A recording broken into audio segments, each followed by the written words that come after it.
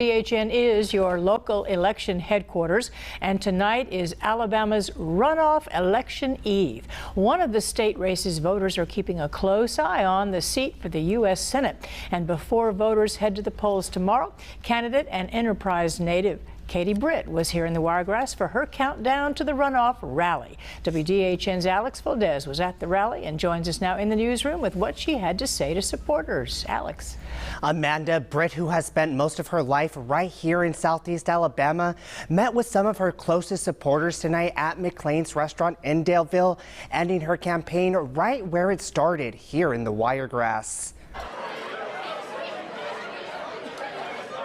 The image and future of the state is on the ballot. This is about electing the next generation of conservatives to fight for our values and fight for our people. The kind of people you are, the values... Britt, who's the former head of the Business Council of Alabama and former aide to retiring U.S. Senator Richard Shelby, is facing Representative Mo Brooks in the runoff election, and many people who back her want to see a familiar face represent them in D.C. She's there to help Alabama. She believes in Alabama and what we do, and that it means the world to me. In WDHN's latest poll, Britt was leading the race with 50% of the vote, while Brooks currently has 34%, giving her more than a 15% lead. I've known her all of her life, and she's one of the hardest working people I know, and she will stand up for what she thinks is right. 16% of voters in Alabama still haven't decided who they want to back in the runoff, but of those undecided voters, 56% are leaning towards Britt. Her supporters believe the choice is easy.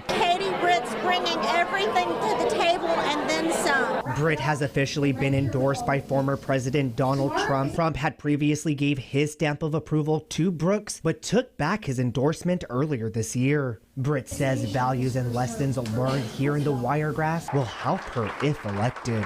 I am so proud to be from here. It's the values that were instilled in me here in the Wiregrass. You know, those of faith, family, and freedom.